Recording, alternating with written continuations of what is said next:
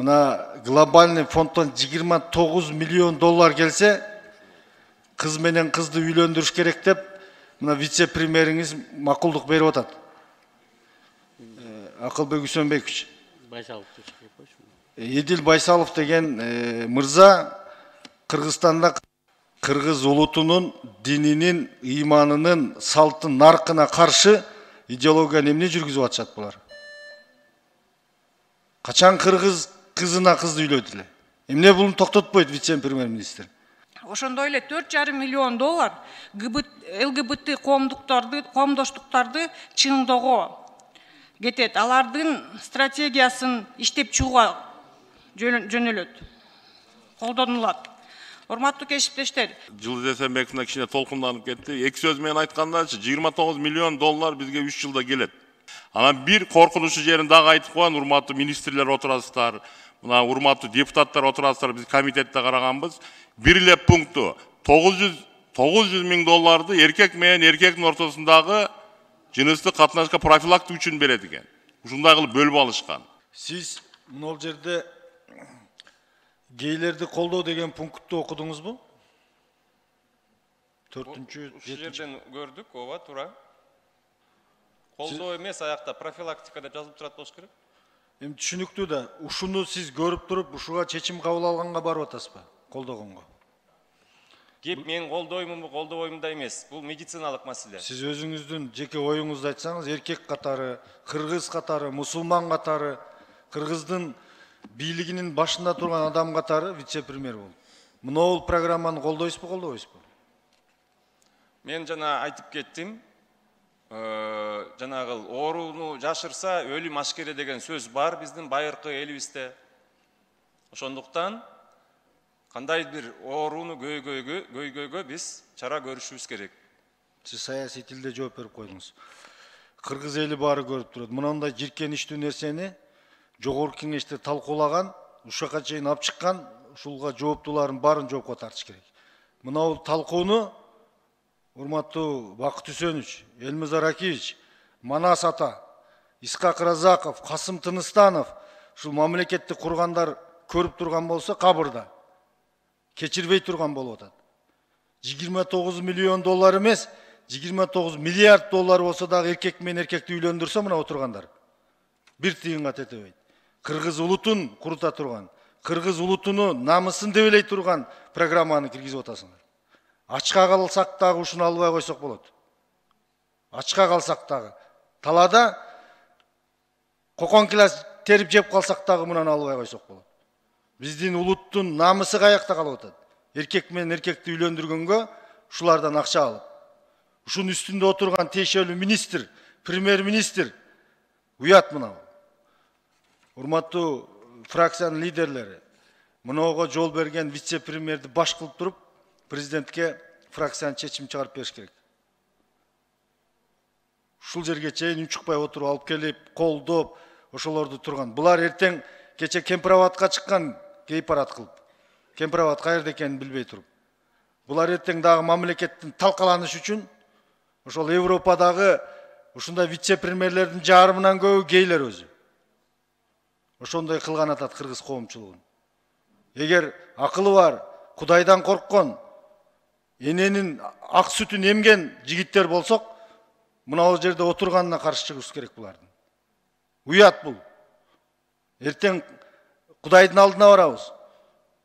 Ушул нафсиге берилип, шайтан болуп, ушулардын бардык коомду иренжитип, жиркеничтүү кылып аткандарды жазалаш керек.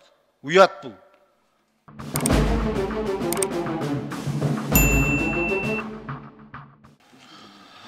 Рахмат, Эдил Жолдобаевич, сизге дагы мындай личный суроо. Сиздин үй бүлөңүз барбы, бала чакаңыз?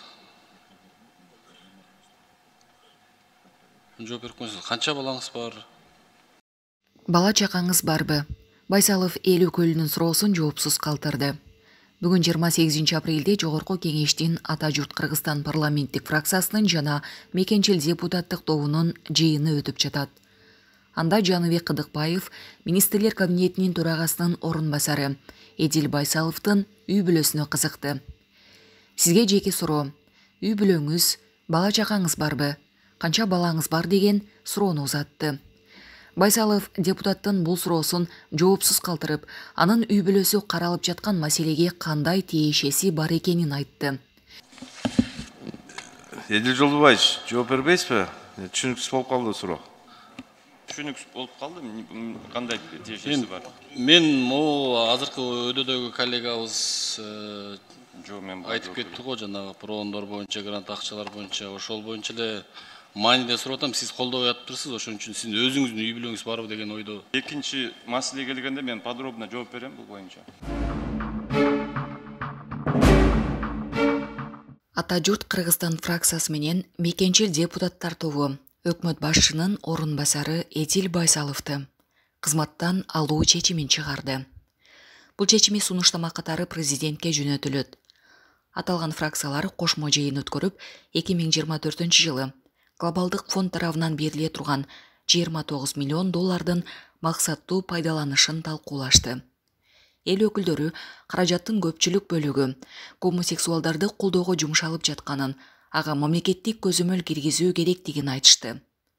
Себеби учурда грантты проон алып, улуттук каада салттарга жат көрүнүштөрдү колдоого сарптап, отчет да бербей жатканын белгилешти. Ал эми Байсалов муну көзөмөлдөбөй турганын айтып, жогорку кеңешке кыйнап эле чакырышканын билдирди. Натыйжада Байсаловду кызматтан алуу тууралуу президентке сунуштама жиберүү боюнча фракциянын жана депутаттык топтун чечими кабыл алынды. Эки фракциянын атынан президентке сунушту.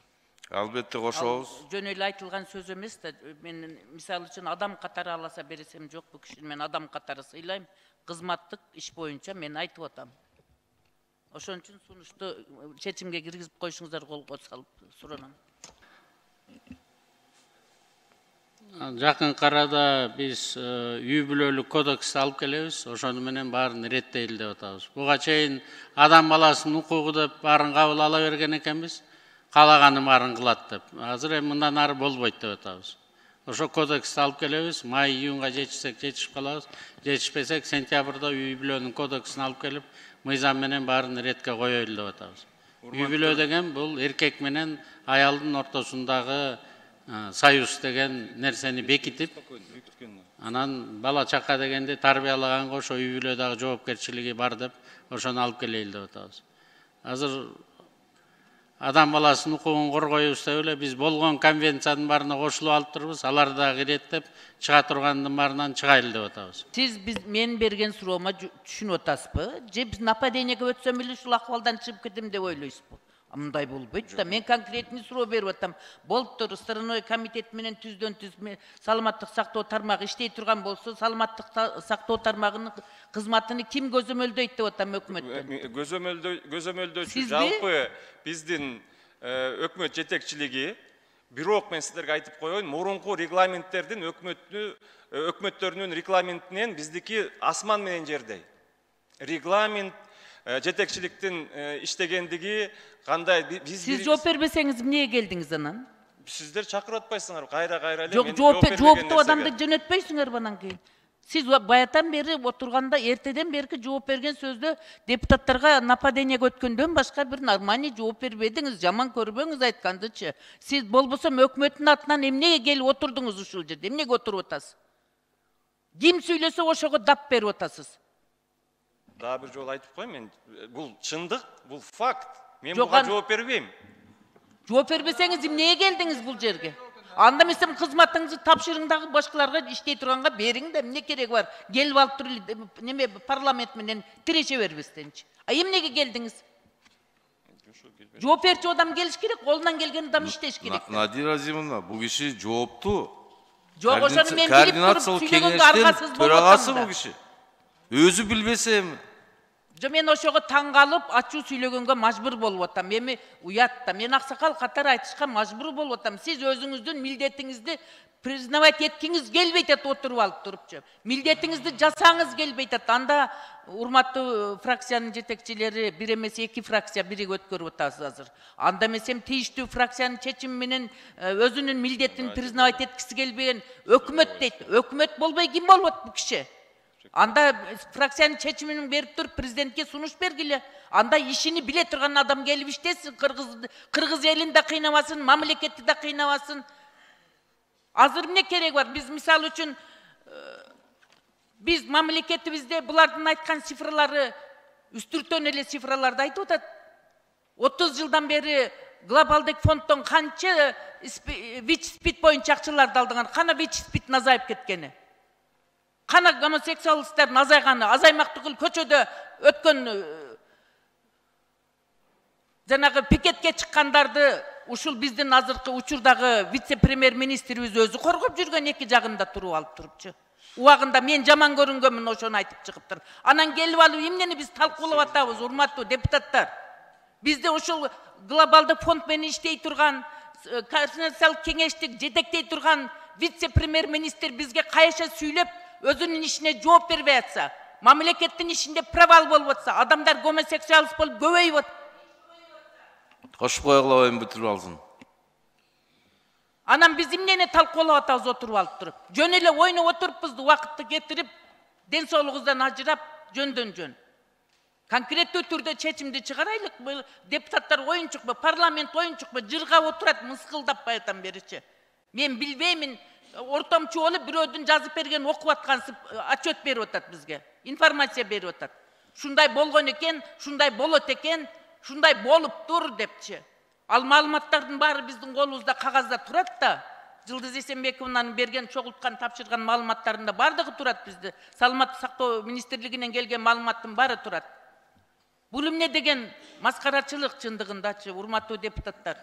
Биз элге жардам берейлик, ушу саламаттык сактоо тармагына глобалдык фонд менен иштегендерине жардам берейлик, мамлекеттин колуна өтсүн, ушул көзөмөл болсун, мамлекетти көзөмөл көрүнгөн НПОлор келип алып туруп, ал жерде источник кылып сырттан келген акчаны адалдап отурушпасын деген сунуш менен биз айтып атабыз. Ушул 29 миллион доллар деген ар 3 жылда келип атса, bizde ВИЧ-СПИД azaybasa, tüberküloz azaybasa, janagындай гомосексуалисттер azaybasa, teskerisinçe erkek ayal bolam, ayal erkek bolam dep жүрсө жаштарыбыз. А biz oturabız elдин ökülü dep. Ökmöттүн орунбасары келип алып мыскылдап отурат. Силер сүйлөй бересиңер да biz өзүбүз билебиз деп. Эмне үчүн мына ушуга кол койбой кеткенини өкмөттүн премьер-министринин орунбасары, вице-премьер-министр билбейт.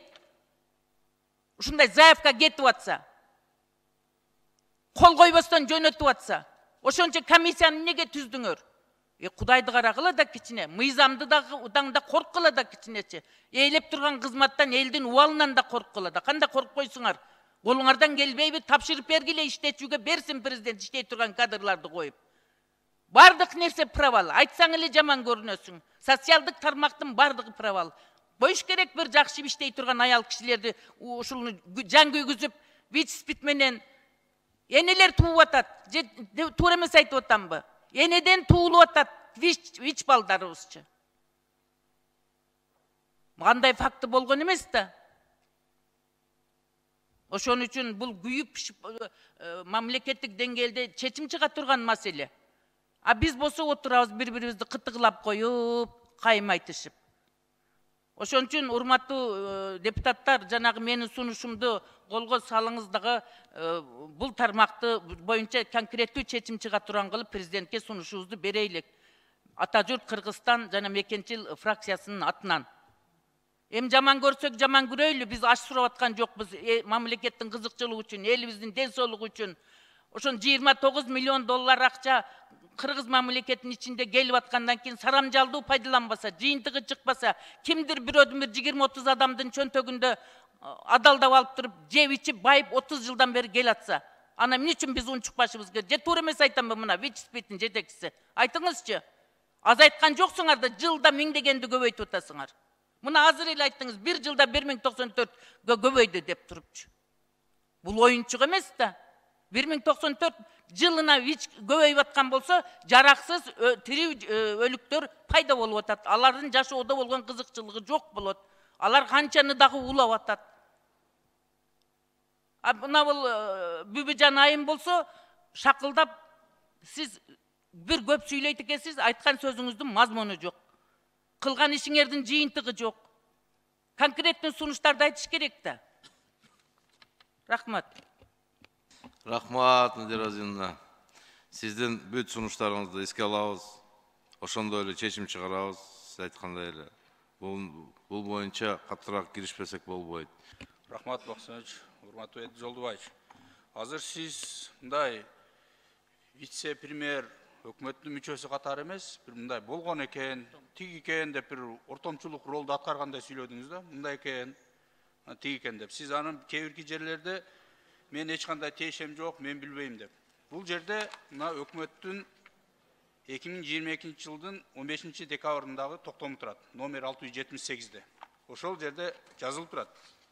Кыргыз Республикасы Министрлер Кабинетинде караштуу коомдук саламаттык сактоо боюнча координациялык кеңештин курамы деп төрагасы сиз болуп турасыз.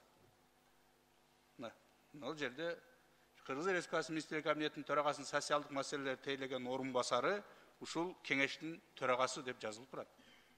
Токтом не иштебейби анда бизде? Координациялык кеңеш пандемия ковидтен бери бир жолу чогула элек. Туура декабрь айында биз курамын жаңылатканбыз, бирок ал жыйын чогула элек, ал жыйында бул маселелер каралган эмес. Значит, иш жок экен да, жөн эле мына айтканды өзүңөр тастап атасыңар. Кагазды жөн токтомдор пачкалап чыгып атат, бирин дагы аткарбай атасыңар. Сиз азыр кайра бизге айтып кеттиңиз, мынаке билет доктор, биз билебиз. Биз бүт жакшы нерсени башына коебуз дагы, ичине бүт нерсени камтып коюп атабыз да, азыр ВИЧ өсүп атат. Болуп атат. Бул жердеги эң негизги маселени, сиз өзүңүз жакшы айтып кеттиңиз, жамандын коногу бийлейт деп, силерди коноктор бийлеп атат. Сиз өзүңүз мынаке жок, билбейбиз биз дегендин аркасынан билгендер айтып атат. Глобальный фонддун бул жеринде жакшынакай болуп жазылып турат. Ошол өлкөнүн мамлекеттин башкаруучу ролдо отургандардын ишини признавать этет деп мына жерде өздөрүнүн сөзүндө жазып турат. Сиз биз аларга эчтеке кыла албайбыз деп отурасыз. Сиз ушул курамдын башчысы болуп туруп, сиз ушундай биздеги мамлекеттеги болуп аткан саясатты жүргүзө турган адам болуп, мен билбейм деп турсаңыз, анда мүчөлөрү жөн эле кол көтөрө берет да. Бул жерде жазылып турат, укрепление систем сообществ деген эмне?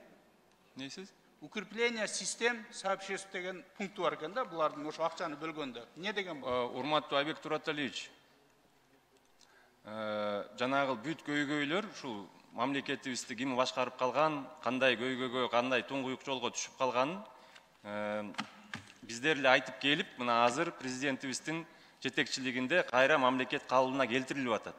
Бирок ошол мамлекет келтирилип аткан реформалардын алкагында билесиздер, сиздер жакшы билесиздер, бүт толук жоопкерчилик министрликтерге жүктөлгөн. Буну министрликтер. Ал жерде сиз азыр кеңеш менен комитетти аралаштырып албаңыз. Ал кеңеш бар, кеңеш түзүлгөн, бирок канча жылдан бери ал иштей элек. Жанагы комитетке эч кандай менин тиешем жок. Бул жерде министрлик бар, министрликтер азыр сизге жооп беришет, жанагы сиздин сурооңузга. Эдил Жолдубаевич, мен аралаштырганым жок. Сиз кеңеш деген ошол комитеттин үстүнөн турат. Сиз деген ошол жалпы биздин өлкөнүн саламаттыгын сактаган системанын башчысы болгондон кийин комитетти сиз башкарган укугуңуз бар. Туура, аны биз башкарат, бирок жанагы сиз айтып аткан бул заявка менин колум менен кетиптир, же менин катышым бар деген бул жалган. Сиз мынакей анда сизге түз суроо. Сиз ушул кеткен заявкага каршысызбы, макулсузбу? Ушундай болуп кетсинби же сиздин? Мен бул заявканы мына азыр келип, мына мен азыр ушул жерден көрүп атам. Мына мага азыр өкмөт башчы мага азыр берип атат. Баксыжан жанда биз эмне жыйын кылып атабыз анда? Ушуну бир иретине салайлы деп жыйын кылып атабыз бизчи. Эдил Жолдубаевич билбесе 29 миллион доллар 3 жылда бир келсе, ошонун бир жыйынтыгына чыгарып коелу дедик да. Ошон үчүн жок, эми ушул туурабы келип алып туруп азыр мага эми берилип атат деп сиз. Мына эми айтабыз өкмөт башчысына, президентке айтабыз. Өкмөт башчыга азыр мен башында айттым го, кутты ушул вопросту көтөрүп айтсам, нет, андай эмес деген жообун уктуңуздар. Мына азыркы жоопту угуп атасыздар. Бул жерде мынакей жазылып турат, жанагы күйүп-пушуп айтып атпайбы биздин коллегабыз Жылдыз Эсенбековна. Каяктагы ВИЧ тура, аныңа биз эч ким каршы болгон жок. Ошонун ичине, каучканын ичине кошуп алган нерселерине каршы болуп атабыз да. Канчалаган миллионду барып туруп эркек менен эркектин жанагы партнерлорунан бери биз карап, ошолорго жардам беришибиз керек деп атабыз. Эмне биз көбөйткөн атабыз банда биз жат көрүнүштөрдү Кыргызстанда.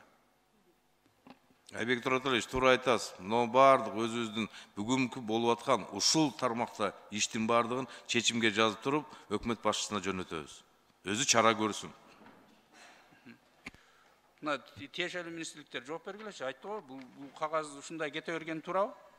Ушул боюнча келип бөлүп, биздеги терс көрүнүштөрдү жайылтыш үчүн миллиондогон долларлардын келгени кандай? Биз кайра ошолорду мына ВИЧ основной каяктан жугушун билесиздер да сиз. Кошуп койгула, оюн бүтүрүп алсын.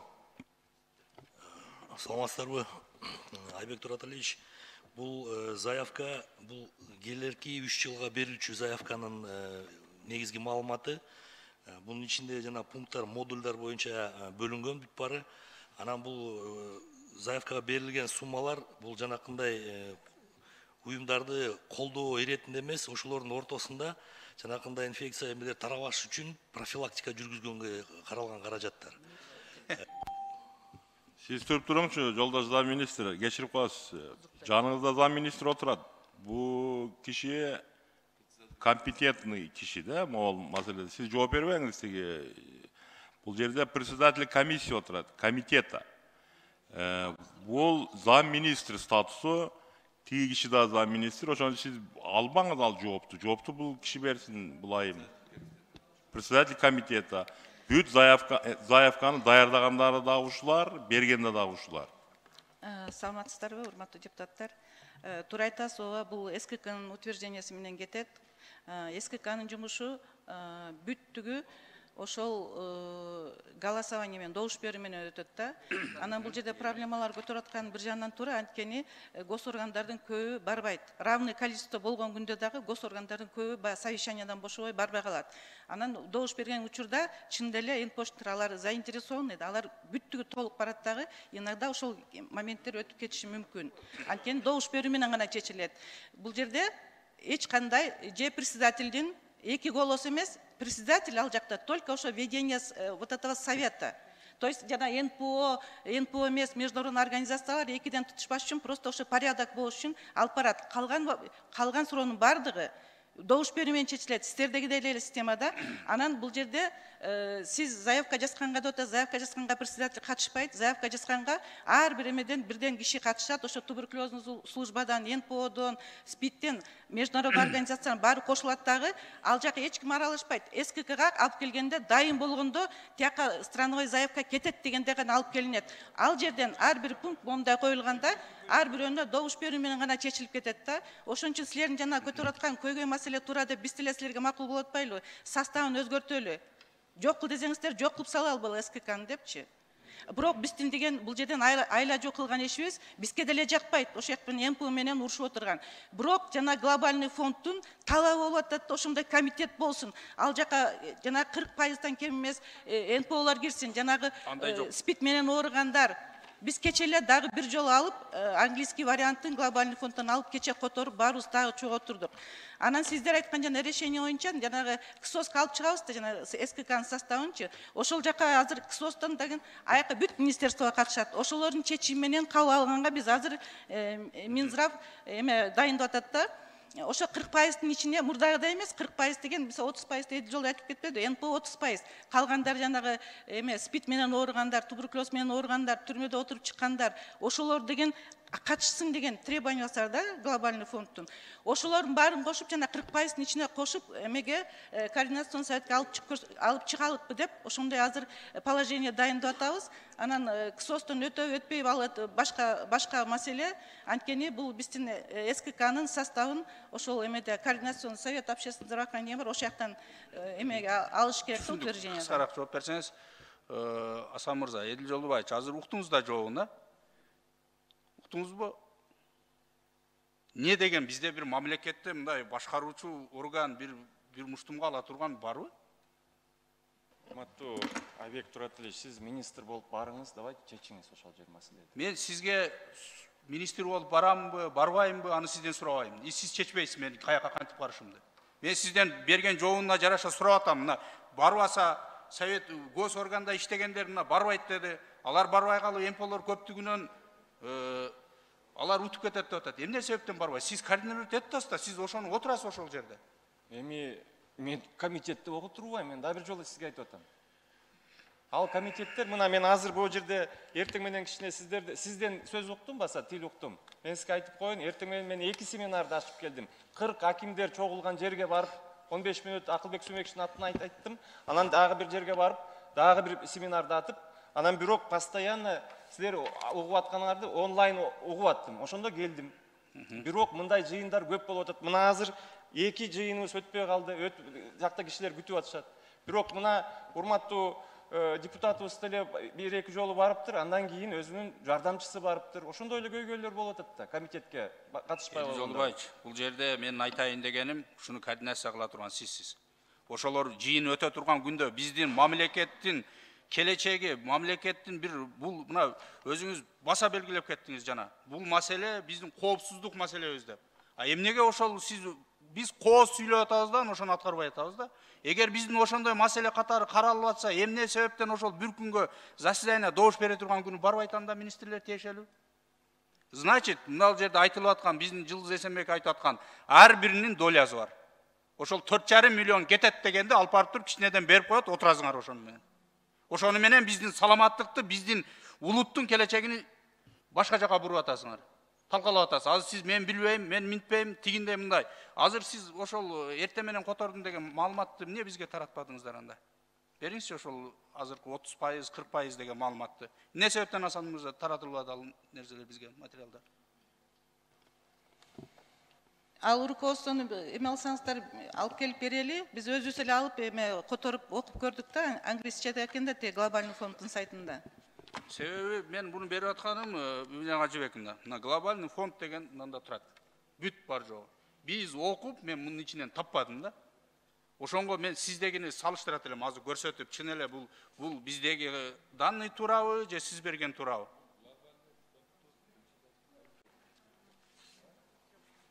Урматтуу депутаттар, кечирип коесуздар, мындай да. Эң жалпы маселе, булар жооп берип атыптыр, бизди башка жакка заявкага алып кетип калып атпайбы? Эң башкы маселе 11-жылга чейин программаны башкаруу бул мамлекеттин карамагында болгон. Ошол эле Минздравда болгон. 11-жылы бир балекет алып, же мен баягында айткам, жетекчилер кылдыбы, же булар кылдыбы, эптеп, баягы программаны аткарбаш үчүн 2-3 кемчилигин көрсөтүп туруп, 11-жылы проонго өтүп кетип атат.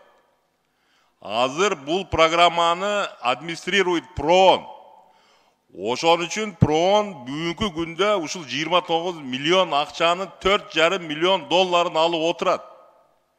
Ал 4,5 миллион биздин Минздравга кала турган акча. Бул Эдил Жолдубаевич туура, мен маалыматым жок дегенге кошулам. Бул координациялык кеңештин төрагасы. Ошол проон менен түзүлгөн комитеттин төрайымы мына биздин зам министр Айым. Мен баягында суруштагам, эже өзүңүз барыңыз президентке кирип туруп, ушул программадан кетиңиз, жок кылыңыз бул комитетти. Булар азыр тиги заявкасын айтты. Заявканы жазгандар да булар. Буга Эдил Жолдубаевичтин тиешеси жок, заявка бул аркылуу өтпөйт. Бирок көзөмөлүн алдырып койду. Координациялык кеңеште отуруш керек эле, айтып атпайбы эч ким жок деп. Ушул эле түшүндүрмө. Булар азыр заявкага кирип кетип туруп, биз ушундай заявка тигилерин талабын кылабыз деп туруп, азыр алдайт бизди. Андай эмес, заявканы булар берет. Азыр булар тиги грантта еттер деди го, гранта получательдер деп Жылдыз Эсенбеков айткандар, бүт ошого ушул программанын ичинде комитетте отурушат. Көпчүлүк болуп. Каалаганы жазып келет экен, бизге тиг алып бер, бул алып бер деп туруп. Бу эжекебиз айтып атпайбы, мен чечпейм деп. Туура чечпейт. Бирок добуш берет, жыйын өткөрөт. Кечирип койгула, мен кичине ачууланып кеттим. Мен акыркы суроомда Элназар Рахович туура айтып кетти. Эдил Жолдубаевич, кайра ошол мурдагыдай кылып 2011ге чейин кылып өкмөт көзөмөлүнө алайын деген планыңыздар барбы? Албетте, Айбек Тураталиевич, биз башынан эле ушул өкмөт министрлер кабинети курамы түзүлгөндөн кийин эле биздин жетекчилик тарабынан тапшырма берилген. Билесиздер, биз мурун баягыдай кайыр сураган өкмөт же мамлекет эмеспиз. Биздин өзүбүздүн улуттук намысыбыз да бар, байлыгыбыз да бар, өзүбүзгө таянабыз. Ошондой саясатты токтотолу деген тапшырма коюлган. Ошонун үстүнө иштеп атабыз. Анан жанагы проондорго да биз бардыгын айтылган. Мындан ары биз бардыгын саламаттык сактоо министрлигине ушул программа калгандары улуттук жетекчиликке, өкмөтүбүзгө, министрликтерге берилиши керек, жүктөлүшү керек дегенде. Рахмат. Кошумчалап кетсем болобу? Рахмат. Айбек Туратали, уруксат берсеңиздер, кошумчалап кетсем. Айтыңыз. Ошол жанагы Минздрав өзүн алат деген биз былтыртан бери ошонун үстүнө аракет кылып атабыз. 17-жылы акыркы жолу ошол глобальный фонд келип оценка жасайт экен да. Биз качан былтыр жанагы портфолио деп коет, ошо глобальный фонддун представители келгенде биз айтканбыз, Минздрав өзүбүзгө алайык деп атабыз. Биз дайынданып атабыз десек айтты. Качан дайын болсоңор бизге жөнөткүлө катты. Биз келебиз, бир 3 айдай оценка жасашат экен. Ошону биз азыр ошонун үстүндө иштеп атабыз. Анткени бул Минздравдын эле өзүнүн колунан келбейт. Анткени бул жерде мына 17 жылкы алардын официальный каты турат. Эмне жасаш керек? Минздрав өзүнө алыш үчүн. Биринчиден бул жана бюджеттик циклды карап чыгышыбыз керек экен. Бул күндө бул вопрос чечилди. Экинчиден жана НДС алып салыш керек экен, алардан алган. Ал дагы вопрос чечилди. Бир 5 талап таштап кеткен экен да. Үчүнчүсү эл аралык агенттиктер аркылуу сатып алуулар. Анткени алар тияктан международный эмеге уровеньге чыгышыбыз керек экен да, сатып алыш үчүн. Ошонун үстүндө иштеп атабыз. Азыр жаңы токтом долбоорду күтүп атабыз. Азыр ал ошол ООНдун эмелерине кетти, организациясына макулдашуугачы. Ал келгенден кийин биз кайта министерстволор менен дагы бир жолу макулдаштырып туруп, анан алып чыгабыз. Ал вопрос чечилген күнү эле биз эмеге бир айдын ичинде чечилип калат деп күтүп атабыз. Анан колубузга алар менен биз алакка кат жөнөтөбүз, келип 3 айдын ичинде оценка кылат. Анан ошол жана портфолио деген келгенде биз сүйлөшкөнбүз. Акырындап алып бергиле мейли деген. Азыр биз субполучатель болобуз, бул акы жаңы келип аткан эмесинде. То есть биздин СРЗга биз жанагы ОРП дегенди түзгөнбүз, отдел реализация проекта. Ошолор ошонун үстүндө иштеп атат. Азырынча ушул жана жаңы заявкага булар субполучатель болуп, Минздрав госоргандарды финансировать эткени бизге алынат. Жанагы булардын эмесинде талабында глобальный фонддун жанагы НПОлорду дагы финансировать кылышыбыз керек экен, жана профилактика жанагы оорулардын арасында иштегендерге. Ошонун эмеси жанагы конфиденциальность эме деген ошонусу пока чечилбей турат. Ошон үчүн бир айдын ичинде биз глобальный фондко кат жөнөтөбүз деген ниетте турабыз азыр. Рахмат. Мен айтайын дегеним, Эдил Жолдубаев кичине мындай сүйлөп атканда этияттап сүйлөп, депутатты министр кылып, ал өзү билет, ал эмне кылыштычы. Макулбу? Кичине бири-бирибизди сыйлап, анан сиз барыңыз, сизди ушу тармакты көзөмөлдө атат деп сизге суроо берип атышат депутаттар. Ошон үчүн кичине аяр мамиле жасаң. Кийинки сөз суроо бериш үчүн Кыдыкбаев Жаныбек Султан сизде. Рахмат, Бакыт Сүйүнч. Эдил Жолдобаевич, мен азыркы өткөн өдөдөгү берген суроома кичине мага айтып кеттиңиз да. Мен мындай жаман эле суроо берген жокмун, мындайкты үй бүлө күтүү, семья күтүү бул жакшы эле нерсе керек. Бирок ага жооп бербей эле коюңуз. Жооптун эле кереги жок. Мен модульный списокты Минздрав түзөт турбайбы? Ошол боюнча булар силер түзгөн мына мурек заявка, содержание заявкини. Ушуну силер түзөт экенсиңер. Ушуну өзгөртсө болобу? Заявканы Жок дегенде азыр башка эми макул силер тиги проом менен иштеп атыптырсыңар. Глобальный фонд менен иштеп атыптырсыңар. Алар менен иштер жүрө берсин, бирок могу списокты силер бекитип, силер добушка силер коесуңар да. Жана комитетке. Заявканы айтып атасызбы? Ооба, аны деген өзү ичинде ошол жана СКК деп коет, страновой координационный комитет, анын ичинде 2 сектор бар. Сектор заявки, сектор надзора деген. Ошол секторга ким кирсе, ошолор жазат дагы, дайын болгондо гана алып чыгат. Жок, ал секторга кимдер кирет аяка?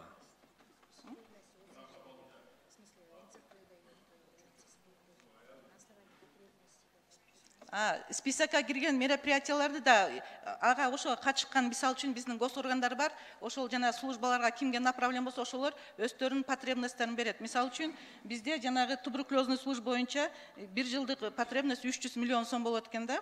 Анан ошол 3 жылга 900 миллионго момундай бизге лекарство, реактив керек деп ар бир служба өзүнүн берет. Анан ошол сектор заявка карап туруп, анан кийин бардыгын суммалары чыгып, дайын болгондо гана СКК алып чыгат да.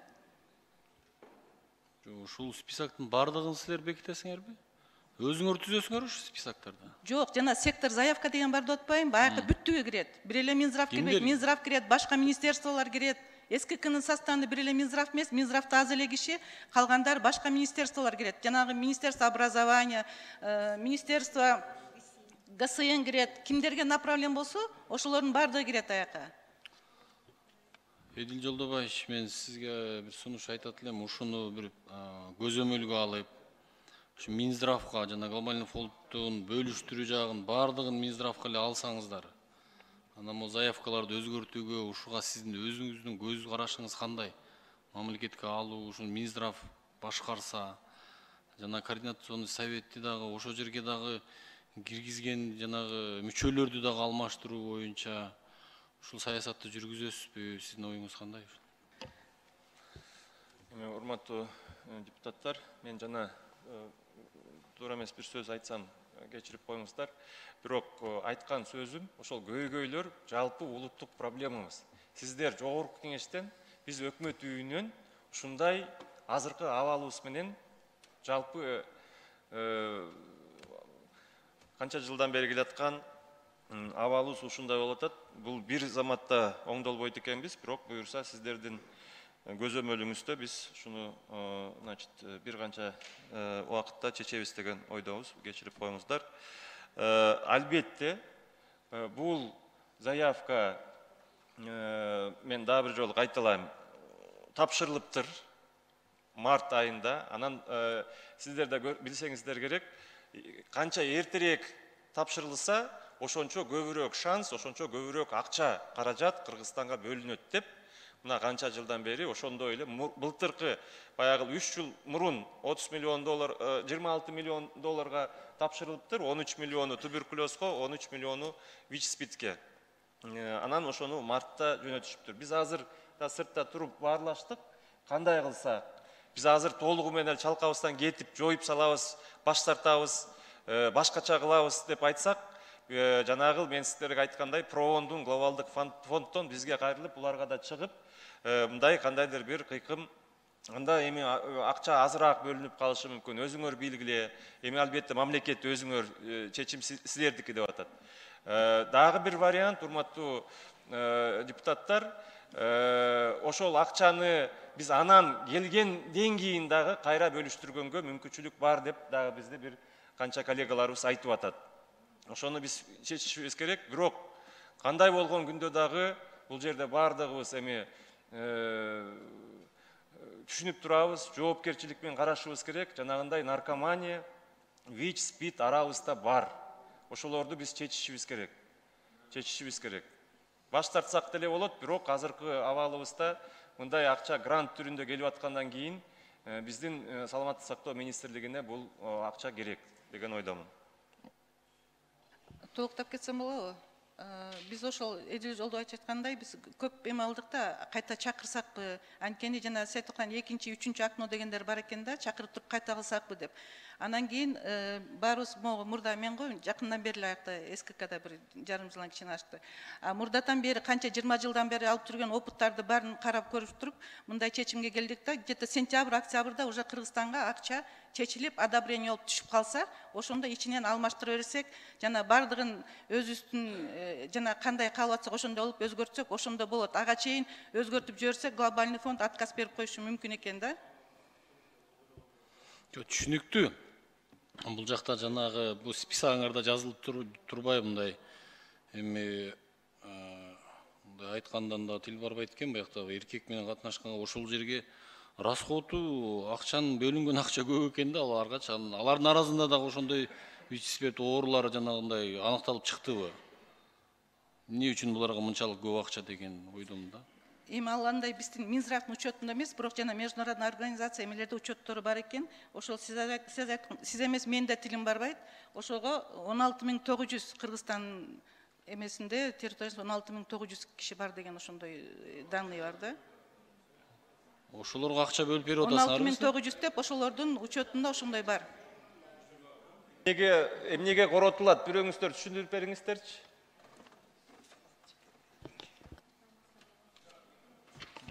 Урматтуу депутаттар, бизде Эдил Жолдобаевич айткандай, бул аярлуу топтор Кыргызстанда бар. Сиз өзүңүздү тааныштырып коюңузчу. Бул Өзүңүз таанышып. Кечирип коюңуздар, Республикалык СПИД борборунун директору Чокмору Үмүткан Жусуповна. Быйылкы жылы 22 жылы биз Кыргызстан боюнча 1094 ВИЧ инфекциясын алып жүргөндөрдү аныктадык. Ошонун ичинен 250ге жакыны ушул аярлуу топтордун арасынан аныкталды. Жанагы биз айтып аткан МСМдер, трансгендерлер жана жынсын алмаштырып аткандар, наркомандар, ана секс кызматкерлеринин арасынан аныкталды. Булар бул Кыргызстандагы эпидемиянын таралышына мүмкүнчүлүк түзүп аткан группаларда. Анда жанагы профилактический программа деп атпайсызбы, ушулардын арасында ВИЧ инфекциясын азайтыш үчүн жанагы профилактический программалар, мисалы шприцтерди алмаштыруучу пункттар бар, метадоновый программа бар. Жанагы булардын арасында жана презерватив таратылат, информационный программа жүргүзүлөт да. Ошон үчүн бул аярлуу топтордун арасында жана профилактический программа деп аткан ушуларда. Бирок ВИЧ инфекция ушулардын арасында катталып атат. Быйылкы жылы 350 кишиден катталды. Эдил Жолдобаевич, мен азыр ушул боюнча азыр айттым, 884.134 миң доллар коротулат экен да. Ушул 16 эле киши, 16 эле бизде Кыргызстанда катталган дейт. Ошолорго ушунчалык акча коротулса билбейм. Биздин пенсионер, пособие алгандар канчалык да акча королбойт да. Анан бул жакта бир коррупционный схема бар болуш керек деп ойлойм да, ошолорду бир мындай бетине кармап алышып, калган акчаны бул жакта кымырып аткан сыяктуу. Мен каалайт элем сизге ушуну эркиңиздер барып, ушуну бүт Минздравдын көзөмөлүнө алып, могу заявкасы, модульный заявка списогундагы мындай жакшыраак түзсөңөр. Андан башка дагы оорулар бар. Чын эле ушул ооруларга жумшалып, ошолордун алдын алып, ошолорду айыктырууга мындай жумшалса жакшы болот эле да. Ушуну көзөмөлгө алып коюңуз, рахмат. Урматтуу депутат, бул жерде жанагындай профилактика дегендери ушу жана тестирлөө, билесиздер, ВИЧ СПИД бул тесттен өтүш керек. Бизде азыр ар бир жараныбыз мисалы кайсы бир мамлекеттерде жумушка алынбайт, пока ошол тесттен өтмөйүнчө. Бизде да биякта тестирлөө жүргүзүлөт экен. 3 миллион шприц таратылат экен, дагы башка маселелер бар да. Бул эми балким байкалбайт, бирок чоң эле жумуш аткарылып атат. Бирок сиз айтмакчы, сиз туура эле айтып атасыз, 20 жылдан бери келаткан бир уюмдар бар экен. Уже кадимкидей ошону үстүнөн биз кайсы бир иш-чараларды көрүшүбүз керек. Улуттук институт жанагындай түзүлдү. Ошолор дагы баягыдай бүт иштерди өзүбүздүн мамлекетибиздин бюджетинен дагы ушуга бөлүп бергенге азыр ресурстарыбыз жылдан жылга көбөйүп атат. Буюрса буну колго алабыз. Бүттүңүзбү? Мен мындай урматтуу депутаттар дагы бир кайталап коеюнчу. Булар суроо жооп берип алып кетип калып атат да бизди башка жака. Программаны башкаруу деген бар. Управление программой. Управление программой Кыргызстан потерял в 2011 году чьей-то помощью. Адыр маселени коюш керек. Ошол управление программой деген биз мамлекет өзү алайлы. Андан кийин могу заявкалар чыгат. Эгерде программаны проон управлять этсе, могул жерде жазылган 4,5 миллион доллар алардын чөнтөгүнө кетет. Калгандарын бардыгын ушундай 2 жыныс, 3 жыныс, 4 жыныс, подполье, надполье деп жаза беришет. Адыр булар жоопту заявка боюнча гана берип атат. Адыр бизди унандырып коюшат буларчы. Туура мен мына СПИДтин төрайымына кошулам, профилактика кылыш керек. Бирок буну мамлекет управлять должны в лице Минздрава. Менин бир өкүнгөнүм ушу Минздравдын замы төрайым экен, төрайым экен. Ушул эмне көтөрбөйт маселени. Өзү айтат, 17-жылы биз сунуштаганбыз дейт. Мына 5 жылдан бери алар макул болуп тур, 5 жылдан бери ала албайт. Себеп дегенде бул невыгодно. Кечирип койгула мен. Кезектеги сөздү берип коеюн. Абдалиев Мекимбек Акимович депутатыбызга. Рахмат, Элмизар Акимович. Мага могул заявканы замминистр сиз, мен бул жактамын. Сиз даярдагансыз да, Сиз ошол комиссиянын төрайымысыз да, туурабы? Төрайымдын функциясы аны дайындаганга эмес, төрайымдын функциясы ошол заседаниялар алып барганга, жана НПО барды башын кошулуп, ошол заседания алып барганга.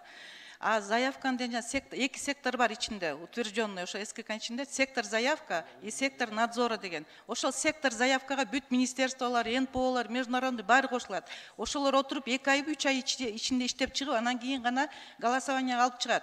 Ал жерде менин деле бир голосум бар, башкаларда эле. Могул жерде бүт эле Минздравга тиешелүү да, Айыл чарба министрлигине эмне тиешелүү? Спит тиешелүү Айыл чарба министрлигине. Айыл чарба деп айткан жок, ошол жанагы министрликтер дагы ГСИндер бар, образование бар да, молодежьтордун арасында иштер бар. Минсоцтруда бар, канча министерство, көп эле министерство. Анда жерде заявкага конкреттүү жазбайт белеңерби? Могу министрликке монча, могу министрликке мондайга багытка деп. Ал жакта эми больнойлордун эмесинен санантат, министерствого кетпейт, просто алар аралашат да бир. Министрликтер бар экен, министрликтердин бир өкүлдөрү бар экен да. Ушу биргеликте ушул заявканы түзүп атышабы? Одобрение берип атышат турабы? Анда мо 4-чү пунктка мага конкреттүү түшүндүрүп бериңизчи. Пакет профилактических мер для мужчин, практикующих секс с мужчинами дейт. Буларды эмне кылат? Именно $884,134 дейт. Бу деген 78 миллион сом. Не, ошондой адамдар дем тилим барбай атат могул жердечи. Ошондой адамдарды эмне кылат? 78 миллион сом менен эмне кылат? Кайра күчөтүрбөйбү?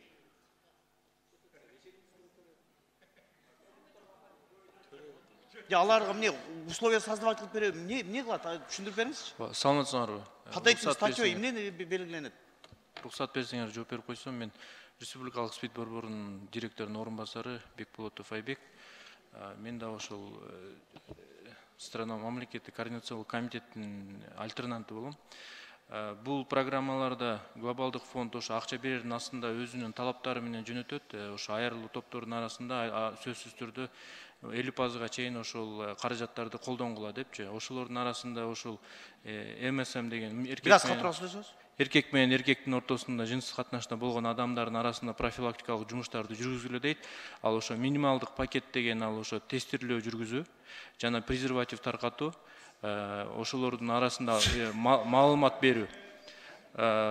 Бул деген канча ошондой кап болбогула акмак адамдардан канча бар бизде?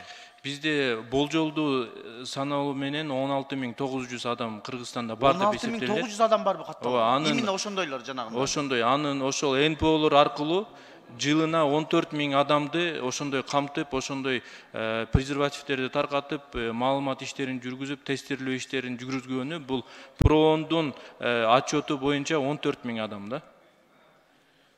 Биз силер караңыздар, мен түшүнбөй калдым да. Аларга эмне кайра условия создавать кылып бересиңер? Же спитте сактаганыңар макул, бирок аябай чоң сумма да, бу 78 миллион сом именно ошого дейт. Кошумчалап койсом болот. Мисалы үчүн жылда 1000 адам табылса, анын 100гө жакыны ошол МСМ группанын арасындагы ошол катнашта болгон адамдардын арасында бир 100гө жакын ВИЧ илдети менен табылат. Бизде Кыргызстанда 16.900 адамдын ичинен багы изилдөөлөр боюнча 10%дан ашыгы ошо ВИЧ илдетин алып жүрөт. Эгерде жөнөкөй адамдын болду, жоңуз токтотуңуз. Ошо 16.000 дедиңиз, списоги барбы силерде? Жок, бизде ал бир ойдон табылган эмеспи? Каяктан алдыңар ошо 16.000? Бу Кыргызстанда не может быть канчалык? Бир асмандан эле алып туруп эптеп акча алып албай атасыңарбы? Жок, бизде деген ар бир 3 жылда ошо изилдөөлөр жүргүзүлүп турат. Ошо изилдөөлөрдүн жүргүзгөндө бир 1000дей ошол МСМдер катышат ошонун арасында. Алардын арасында ВИЧ илдетинин таралышы 10%ды түзөт да. Ошон үчүн бүт международный эл аралык уюмдар, бүткүл дүйнөлүк саламат сактоо уюму ошолордун арасында ошол профилактикалык жумуштарды, презервативтерди таркатып, алардын ВИЧти жуктуруу коркунучу, мисалы үчүн жөнөкөй адам менен эркектин арасында караганда 24 эсе жогору деп саналат. Аларда тезирээк жугат. Кудай сактасын го, болду. Жооңузга рахмат. Кудай сактасын, аларга бербей эле койгулачы. Аларга жукмактан жуксун. Ошондон ары жок болуп кетсин. Эдил Жолдобаев, сиздин тармагыңызда сиз көзөмөлдөңүз келиңиз, өзүңүз ушуну бир алып жокко чыгарыш керек бунучу. Бул туура эмес.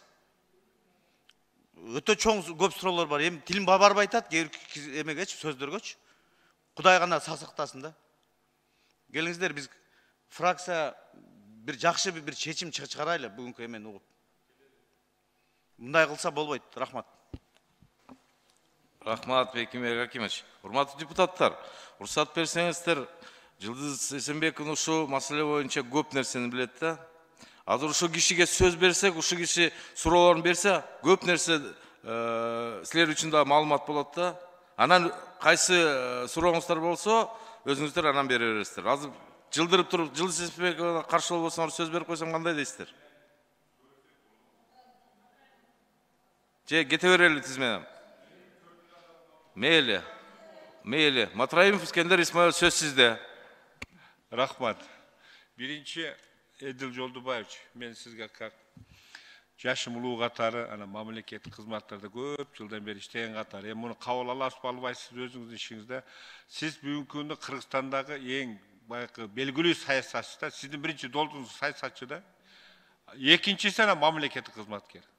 Siz birinci kızmatты dağıl alıp жүрөсүз да, ошодон кетсеңиз, өзүңүзгө өзүңүз сөз алып атасыз. Жок, мен айтып атканым уксаңыз, Эдилбайча, мен жумуштан кеттиң деген жерим жок. Биринчи, сиз эртең менен турганда, мен мамлекеттик кызматкермин деп чыгыңчы, көп жерден өзүңүзгө өзүңүз сөз алып атасыз да. Жөн эле жерденчи, мына бүгүн азыр министр болуп иштеди, бул катуу дейдиңиз, башка жерлерде болуп атат. Мен сизге жок, мен Эдил Жолдубаевич, эми мен сизге ушу суранарым. Муну өзүңүз билесиз. Кандай кыласыз, эмне кыласыз, мен сизге окутуп үйрөтө албайм. Экинчиден, Бүбүжан Камчыбеков мына. Мен бул жерде сиз мусулмансыз да? Я. Анан кыргызсыз да? Эки нерсени өзгөртө албайт да адам баласы. Куранды өзгөртө албайт. Экинчиси, кыргыздын үрп адатын, каада салтын эч качан эч ким өзгөртө албайт. Конституцияны өзгөртсөк болот, закондорду өзгөртсөк болот, кодекстерди өзгөртсөк болот, бүтүн инструкция, положение баарын өзгөртсөк болот, бирок үрп адатты өзгөртүш кыйын да. Ошол жерде отурган комитетте ошо мүчөлөрдү айтып атасыз, министерство ведомстволорду айтып атасыз, проондор баягы эмпошниктерди айтып атасыз да. Сиз биринчиден эне катары, кыргыз катары, мусулман катары ушу заявка берип атканда, сиз модераторсуз. Айтып атасыз, мен ушу комитеттин төрагасы, бул модератор. Ушуну түшүндүрүп, же болбосо башка жолу менен алыш керек да. Силер муну жазбасаңар, силерге акча бербейбиз деп силерге условия коет. Ушу сөз ушуну жазасыңар, анан биз силерге акчаны беребиз дейт. Мен оюмчу ошондой болуп атат, акча келип түшүчү. Анан силерди бүгүнкү күнү эң оор жаман сөздү siz менен siz алып атасыз. Баягы биз макал барго, жебеген самсага акча төлөп атасыз да, чын-чынына келгенде. Сиз деле патриот болсоңуз керек, мен биринчи көрүп атам. Бирок сиздин айыбыңыз Бүбүкан Камчыбеков. Ушуну заявканы берип атканда баарына түшүндүрүшүңүз керек эле. Эмпочниктерди да түшүнөм мен. Алар да ошо эптеп ошол жерден акчасын алыш керек, четтен келген акчанын. Анын жарымын өздөрү алып калат. Мен как түшүнгөн катары айтып атам да, сиз азыр оягынан кармасаңыз да тутуласыз, биягына сам тутуласыз. Себеп сиз ошол жерде комитеттин төрагасы катары сиз жооп берип атасыз. А сиздин колуңуздан да эч нерсе келбейт, болбосо мына акчаны бербейбиз дейт.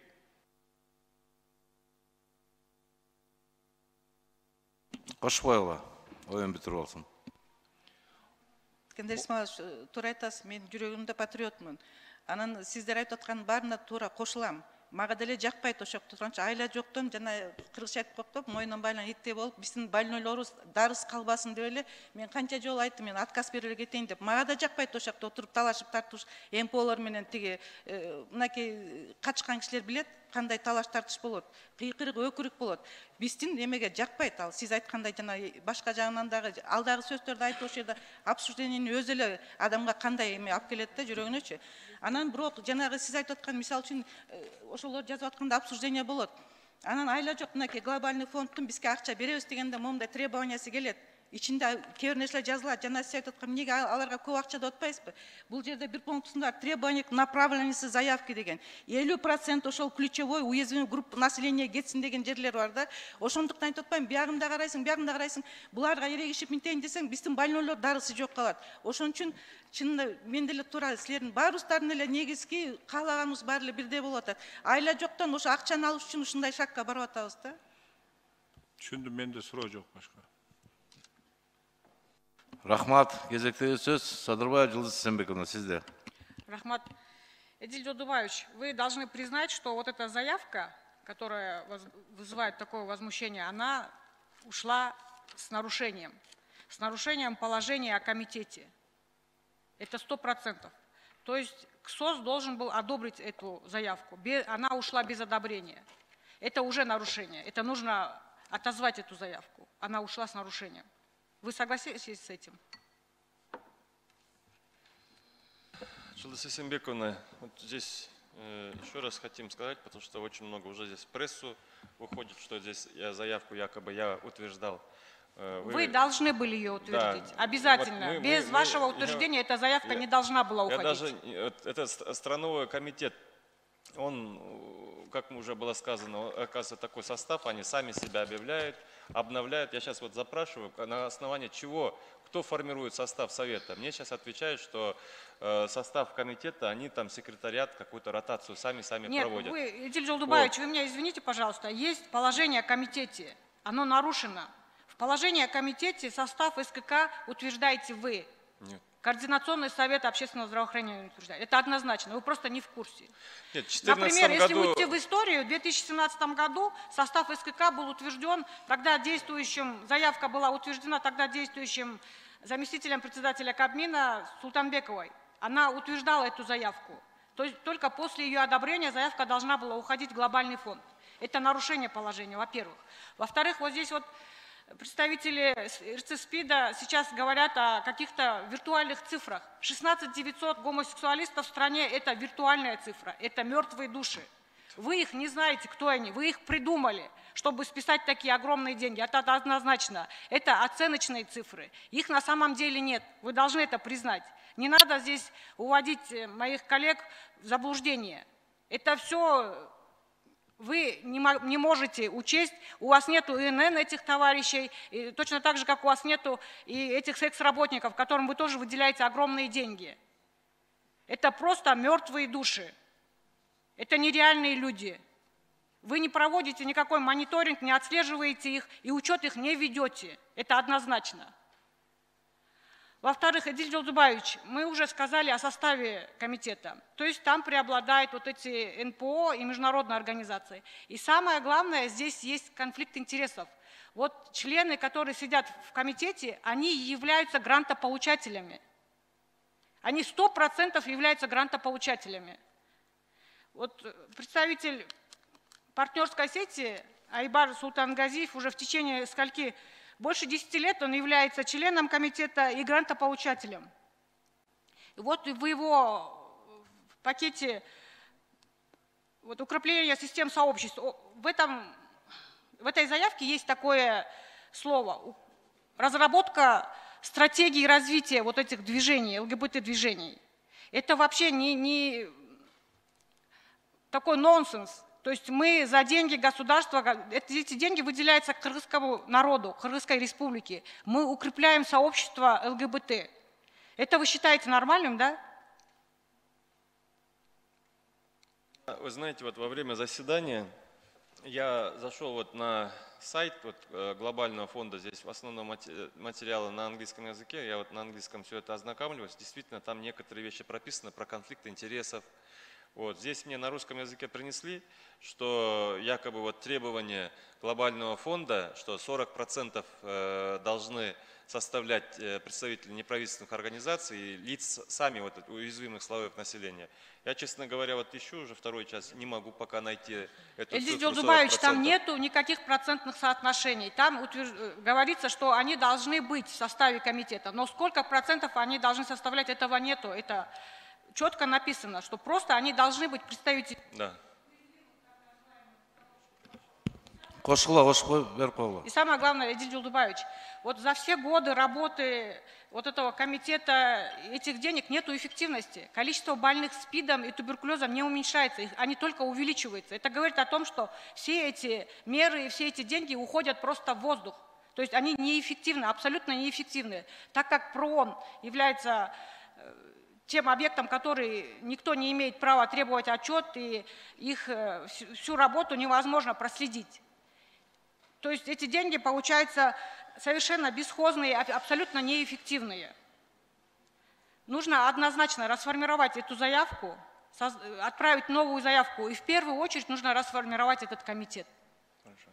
То есть работа комитета абсолютно непрозрачная, неэффективна. За эти годы она показала свою неспособность. И самое главное, она бесконтрольна. Никто не контролирует их работу. Они грантополучатели, они отправители заявок, они контролируют исполнение этих заявок. Это прямой конфликт интересов. Нужно в срочном порядке, когда вы расформируете комитет. Вот мне скажите, сегодня я расформирую комитет. Это необходимо сделать в интересах Кыргызстана, потому что вот все описанные здесь мероприятия, они противоречат нашему менталитету.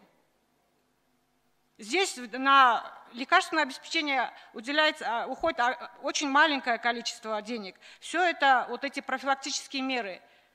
Например, я говорила в своем докладе, и сейчас повторюсь, в Узбекистане и Таджикистан получают такие же гранты, и они реализуют, но там реализуются через Минздрав.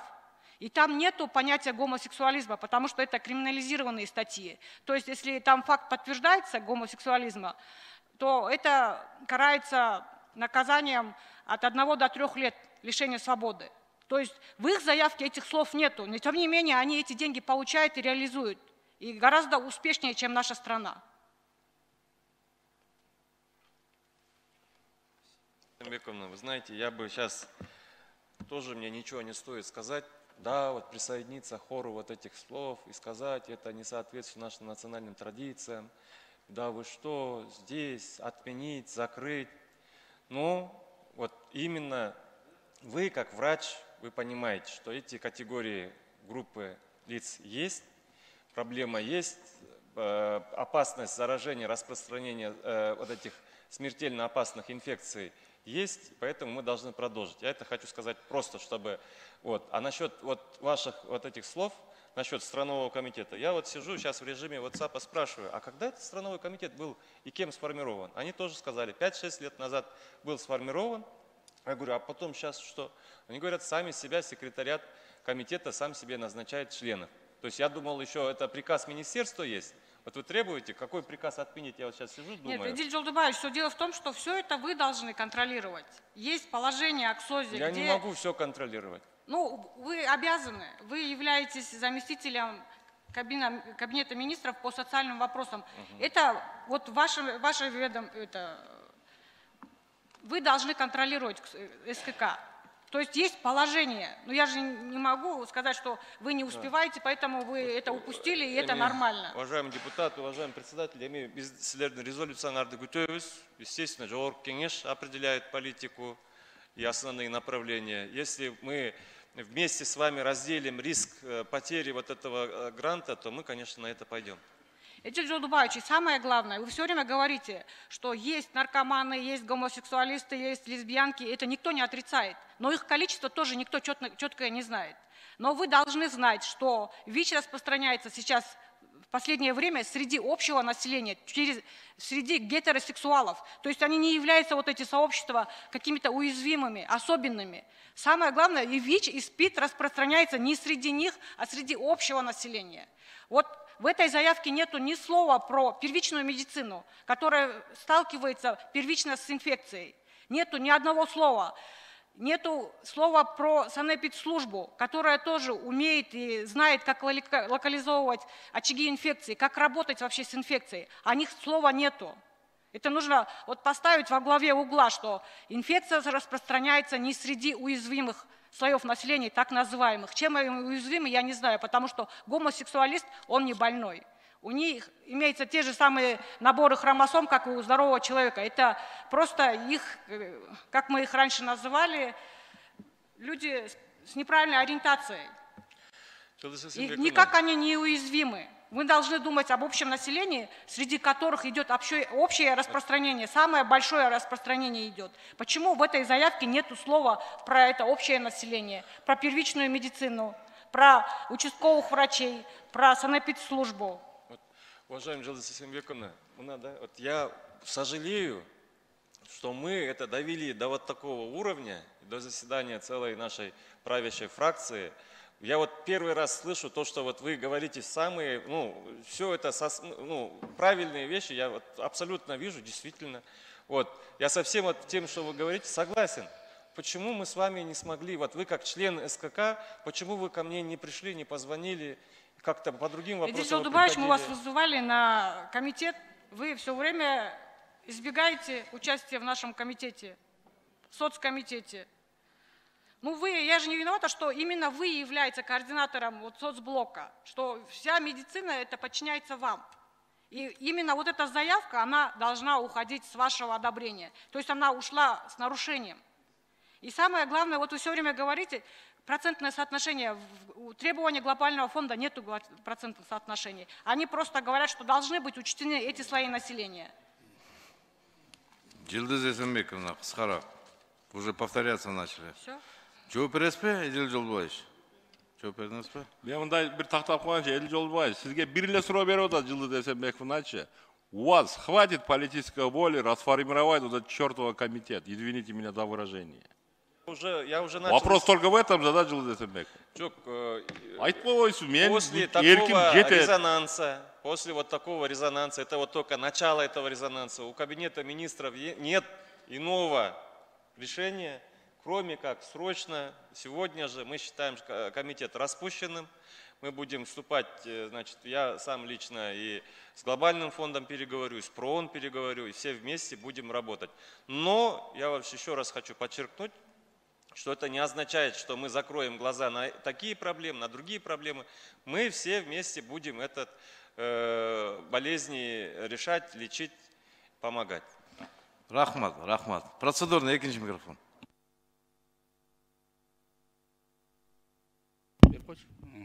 Рахмат. Азыр Эдил Жолдубаевич, сизге Бакыт Үсенович дагы бир эскертүү берди, айтты, абайлап сүйлөңүз деп. Азыр кайра Жылдыз Эсенбековна айтып атат, сиз эмнеге мага келбедиңиз деп. Эмнеге сизге барыш керек? Эмне себептен барыш керек сизге? Эмне себептен сиз өзүңүз кармаган тармакты ушундай маселе бар экенин билбейсиз? Эмне себеп? Азыр сиз айтып атасыз, сиз эмнеге мага ушул маселе бар экенин барып айтпадыңыз деп. Эмне биз эми уже секин келип башкара баштадыңыз, сиз канча айтып комитетке келбесеңиз, бул маселе талкууланды комитетте, ошондо эмнеге келбедиңиз? Сиз өзүңүз жана сөзүңүздө айтып кеттиңиз, мен ар бир нерсеңерди соц аркылуу мен угамын деп. Эмне көрбөдүңүз?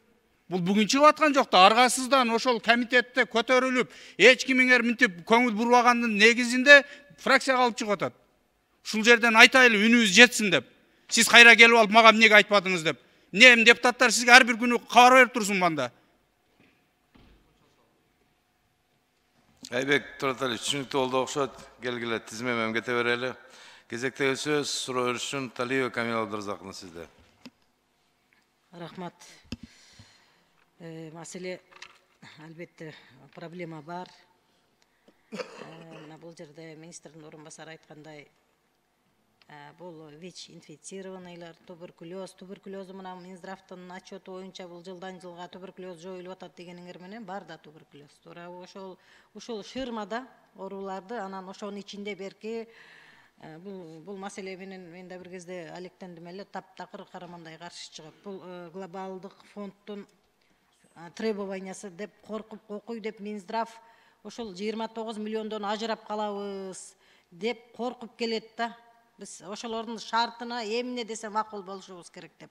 Бүгүн министрдин өзүнүн дагы келип олтурганы жакшы болот эле, келбептир. Саламаттык сактоо министри. Жок, билем ал жакта экен. Өзү келсе да жакшы болмок, а кишинин дагы пикирин уксак дегем да. Анан эми муногу бизде наркомания тиги бар. Ал бар. Мен ушул жерде бул 29 миллиондон миллиардтан дагы баасы жок. Bizde bağlılıklarımız var da, bu uluttuk genofond degenimiz var da.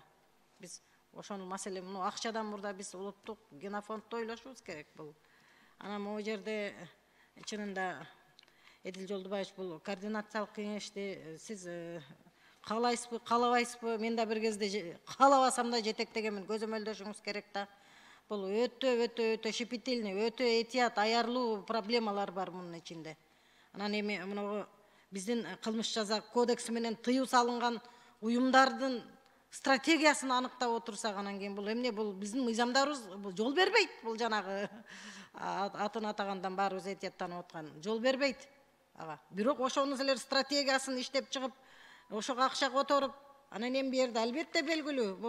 Бул жерде акчаны адалдоо, акчаны отмывание денег деген могу жерде бүтүндөй бар. Мына проектте отургандар кимдер отурат баарын билебиз да. Ошондой бир мафия, бир тиги деме жөн кишилер барбайт ал жерге. Ал сөзсүз түрдө тиешеси бар. Ошол акчанын дамын татып калгандар барат да. Мына вот тиги составты карасаңар дайымачы кимдер жүргөн болот эчен жылдан бери эле. Бу жерде биринчи кезекте мамлекеттин ойлобойт көпчүлүгү. Мамлекеттеги проблеманы ойлобойт. Ал жерде чоң маяна бар, чоң акчалар бөлүнүп турат. Ошонун баардык требованиясына тиги макулдугун берип, уун чыкпай отурушуп, мына эми 4,5 миллион деген айлык администрированияга 4,5 миллион. Бул эми эч кимге отчет бербей келсе булар азыр эме. Бул маселе чынында эки тараптуу да. Биринчи жагын биз мына бул жерде министрдин орун басары айткандай маселебизди ойлосок, экинчи жагынан келгенде могу маселе тиги финансированиясын карасаңар эми 4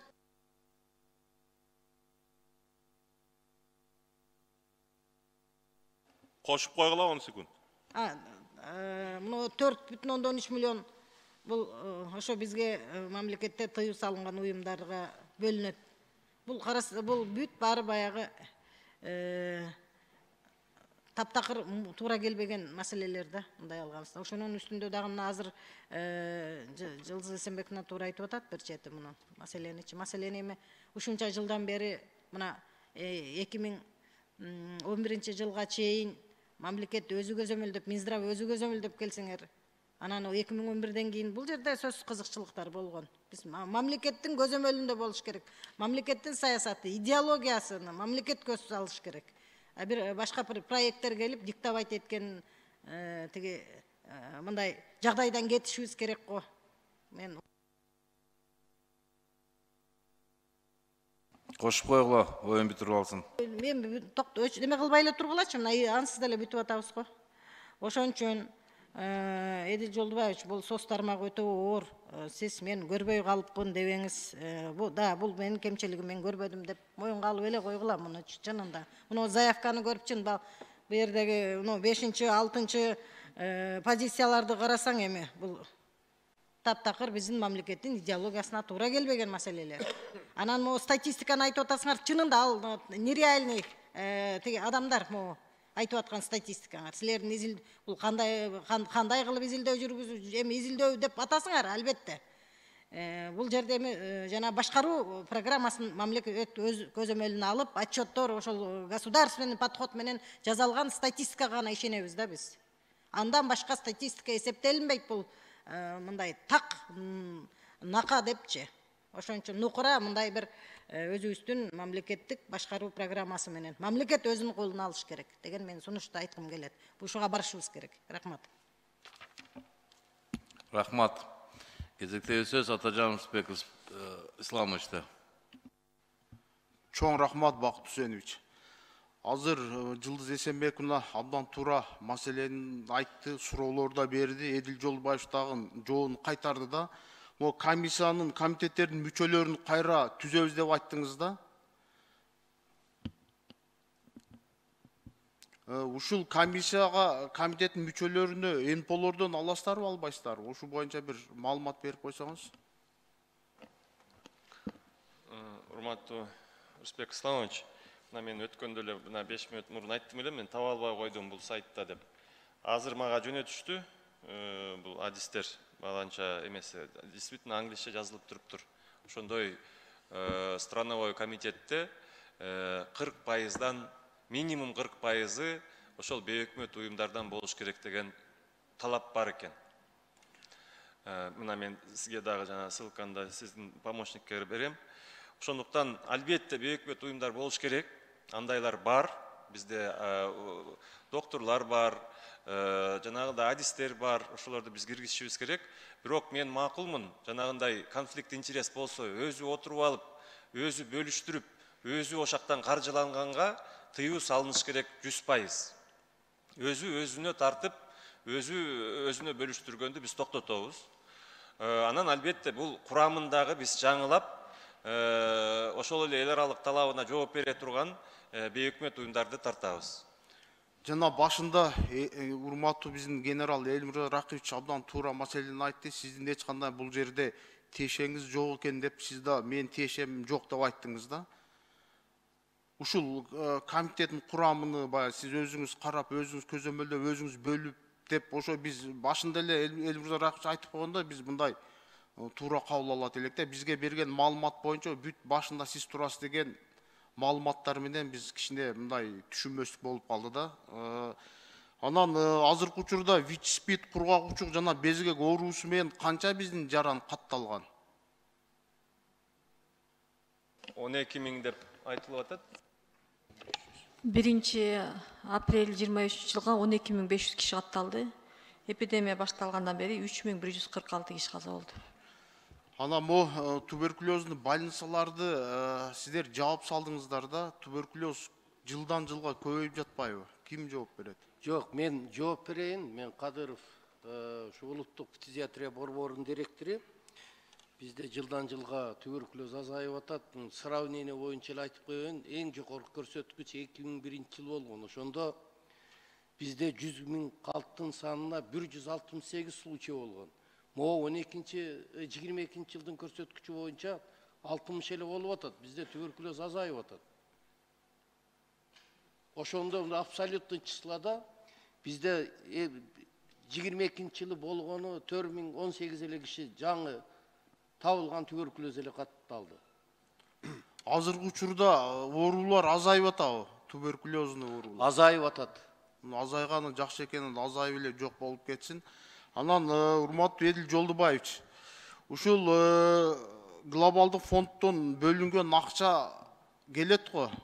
Ошондо мо гомосексуалисттерге бөлүнө турган, ушунда гомосексуалист деген сөздү алып салсак жакшы болот эле да. Бул эми биздин үрп адатыбызга, каада салтыбызга туура келбейт. Азыр тиякта министрдин орун басары 16 000ден ашык гомосексуалист бар деп айтып атат. Эми бүт дүйнө жүзү көрүп атат, кошуна мамлекеттер көрүп атат. Бул аябай бир начар нерсе да. Урматтуу Рысбек Исламович, бул маселени адистер чечсин, врачтар чечсин. Ошондой эпидемиологдор, коркунучтар, мына Жылдыз Эсенбеков айтып атат, азыркы учурда значит, бул в любом случае ошол ВИЧ-СПИД көбөйүп атат. 12 000 киши деген, это значит арабызда 12 000 бомба жүрөт да. Ар бирөөсү күнүгө может дагы бир миңдеген кишилерди жугуза тургандай бул өтө чоң коркунучтар бар, билесиздер. Азыркы учурда мына бир канча мамлекеттерде бул эпидемия катары каралып атат. А бирок Рысбек Исламович, буну мен адистер чечсин, биз саясий чечимдерди кабыл алып коюп, дагы кайсы бир эмеге алып коюшубуз мүмкүн. Бирок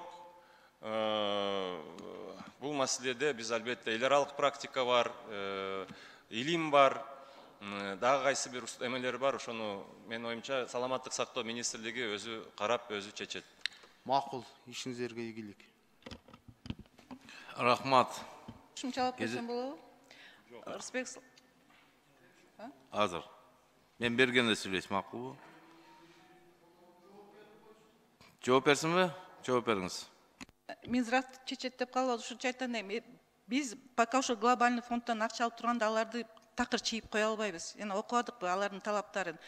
Бир гана жолу биз акырындап өзү санап чыктык да, ошо глобальный фонд менен иштебей эле койсок кандай болот экен депчи. Алардын акчасын албасак, бизге кандай акча керек экен деп башка булактарды тапсак, мынакей туберкулезный службага 3 жылда ошол жана глобальный фонддун акчасын албайбыз десек, 900 миллион сом, спецслужбасына 400 миллион сом тапсак, глобальный фонд менен такыр эле иштебей койсок болот да. Аларды кошпош үчүн башка жолун көрбөй турам, анткени алардын талабында турса, аларды чийип салсак, бизге акчаны да алып коюш мүмкүн да. Ошондой вопрос бар. Сиз бизди коркутуп баштадыңыз го, албай коебуз акчаны деп. Кандай тигилерди кошпой коесуңар? Сиз эмне коркутасыз буларды? Биз албай коебуз деп. 29 миллион долларды ушуга чейин жеп келип турган эми биз мамлекетке алабыз деп албай коебуз деп коркутасыз. Элмир Сатынкаевич кошпой койсок болобу деп сурап айтып атат. Мен глобальный фонд пакеттеп турганча алардын Болбойт, кош керек бардыгын. Бирок андай эмес, 16 000. Силер ВИЧ инфицированный 12 000 деп туруп, мына эркектердин ортосунда жыныска баргандар 16 000 деп атасыңар. Иште правдоподобный кош кылады. Кечирип коесуз. Рахмат. Урматтуу замминистр, Жибек айым.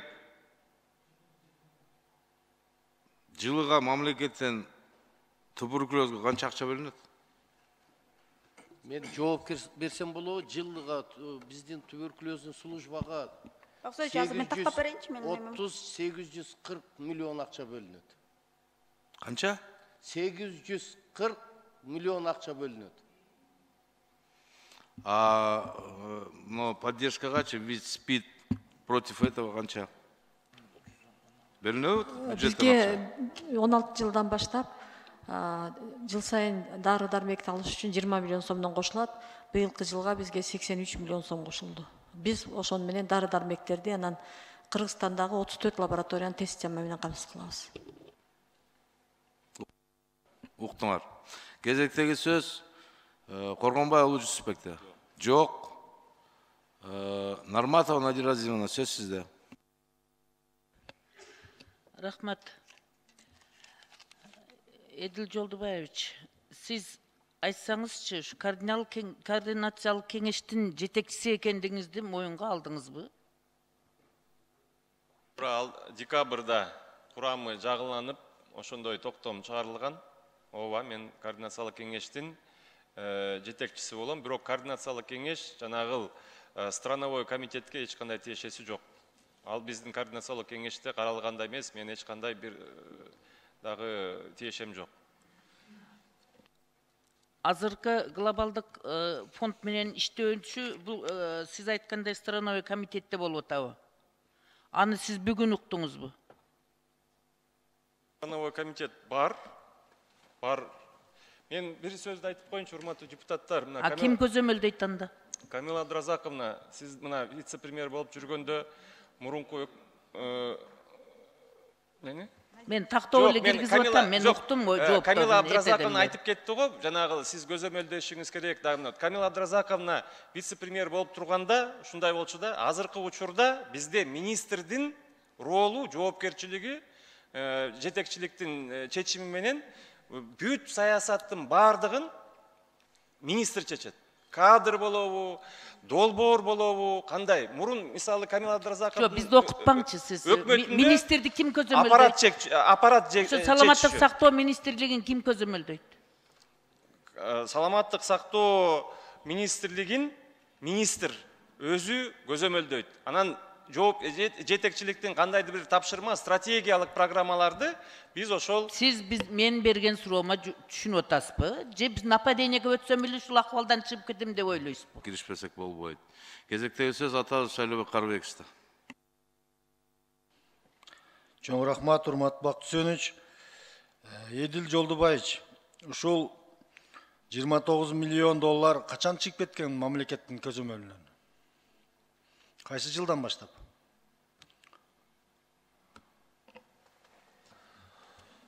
— 2011 жылы деп уктук бардыгыбыз. Кимдин чечими менен чыгып кетти? 11 жылда жетекчилердин чечимдери менен чыкса керек. Сиз могул жерде гейлерди колдоо деген пунктты окудуңузбу? 4-7 жерден көрдүк, ооба, туура. Колдоо эмес, аякта профилактика деп жазылып турат болуш керек. Эми түшүнүктүү да, ушуну сиз көрүп туруп, ушуга чечим кабыл алганга барып атасызбы? Колдогонго. Урматтуу депутат, сиз азыр маалымат уккан жоксуз. Мен бул комитетке эч кандай тиешем жок. Бул комитетке же заявкасына эч кандай катышкан эмесмин, билген да эмесмин. Кандай билбей каласыз, вице-премьер министр болуп туруп? Вице-премьер болуп туруп, ушул тармакты күрөтүп атсаңыз. Ушунча көп тармак, ушунча көп жумуш, бул бардыгына биздин жаңы структурабыз боюнча жооптуу министрликтер, алардын бардык иштерине биз көзөмөлдөп киргизбейбиз. Бизге уруксат да жок. Сиз колдойсузбу, колдобойсузбу буну? Мен дагы бир жолу айттым. Биз буюрса, мына бүгүндөн калбай эле страновой комитетти биз жоёбуз, кайра курамын карап чыгабыз, адистер анан ошондой биздин мамлекетибизге азыркы абалыбызга жараша программаларды түзүп чыгат. Бул жерде бизге кайрылып кеттиңиз го, бул жерде тетиринче күрөшөм дегендер отурат. Баягы ошону таркатам дегендер сырттан кетип калышты, кирбей коюшту бияка. Проонун мүчөлөрү кирбей койду. Анан баягы Жылдыз Эсенбековдун айткан грантаеттер кирбей койду. НПОлор бул жерде тетиринче күрөшөбүз дегендер отурат, бирок ичине ооздорун булгап алганбы, туура эмес күрөшүп атышат да. Рахмат сизге.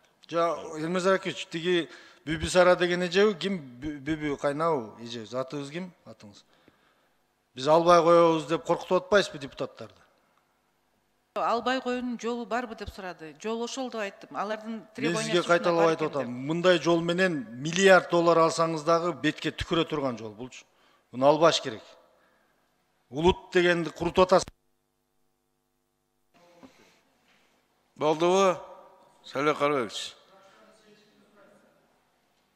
Жылдыз Эсенбековна, сөз сизде. Жолдубаевич, вы все время утверждаете, что вы никакого отношения к координационному, к этому комитету по борьбе с ВИД СКК не имеете. Но вот есть положение, в котором написано о комитете по борьбе с ВИЧ, с туберкулезом и малярией при Координационном совете по общественному здравоохранению при правительстве Кыргызской Республики. Это однозначно. То есть СКК находится при Координационном совете. И в дальнейшем, вы говорите, мы сейчас расформируем, да, вот этот комитет по борьбе с ВИЧ и с туберкулезом.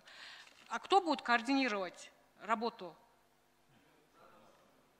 Но и вы останетесь председателем Координационного совета, и при вас сформируется новый комитет по борьбе с ВИЧ и туберкулезом, и вы будете полностью координировать их работу и одобрять нашу заявку, заявку комитета.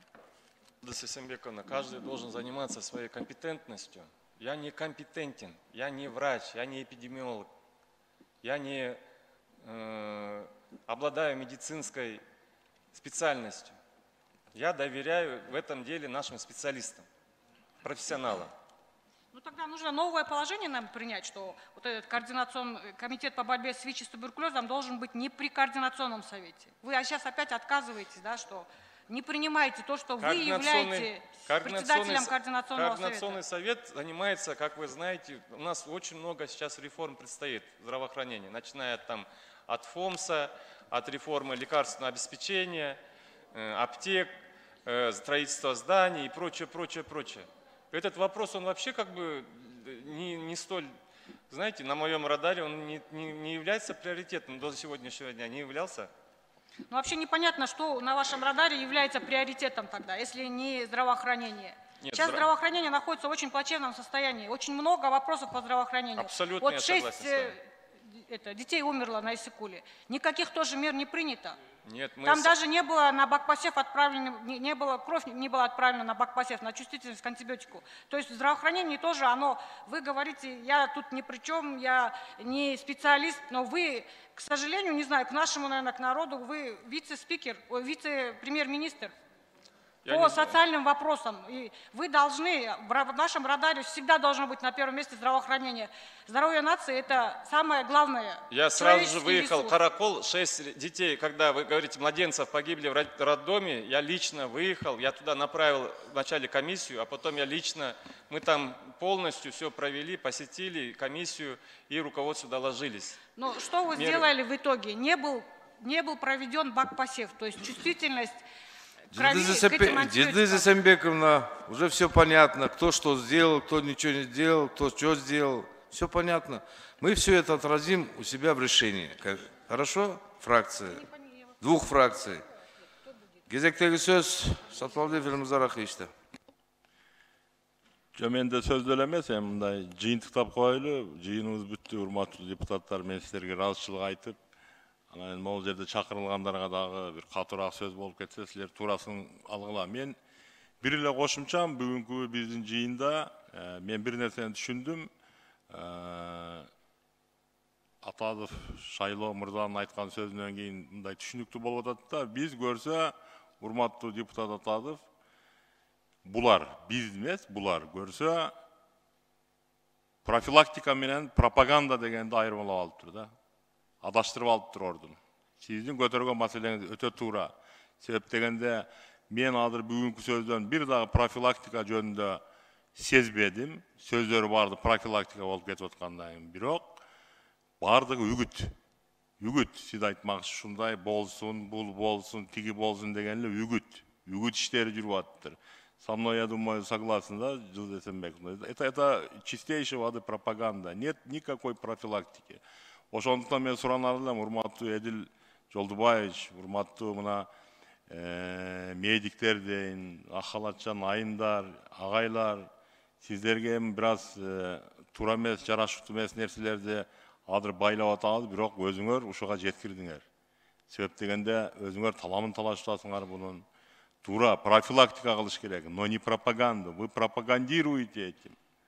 Эмне деген сөз, 16 000 адам ушунча менен шугурланат.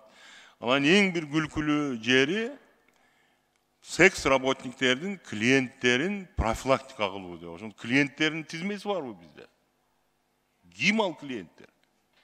Мына терең окуп, терең чыксаңар, могул жерде уят болбойт элеңер. Азыр мына эжекебет ВИЧ СПИД боюнча жакшы айтып кетип атып, дагы тетирип сүйлөп бердиңиз. Могул жерде бүт ойлоңуздар, депутаттар талаадан келген, бардыгын билими бар, бардыгын ою бар. Бул жерде 1,5 жылдан бери иштеп калышты, түшүнүп калдык биз бардыгын. Сөз эмнеде болуп атат. Эдил Жолдубаев, сизге дагы, сизге Жылдыз Эсенбековна суроо берсе качасыз. Качпаңыз. Сизге айтты, мына комитетти расформировать эткенден кийин, жаңы комитет түзгөндөн кийин ошону баштайсызбы, көзөмөлдөйсүзбү деп атат. Сиз ооба деп коюң, көзөмөлдөйсүз. Эгер кызматыңызда турсаңыз. Сиз вице өкмөттүн төрагасынын орунбасарысыз ушу соцблок боюнча. Сиз эч жака бара албайсыз. Орусча айтканда вы никуда не денетесь. Вы будете координировать.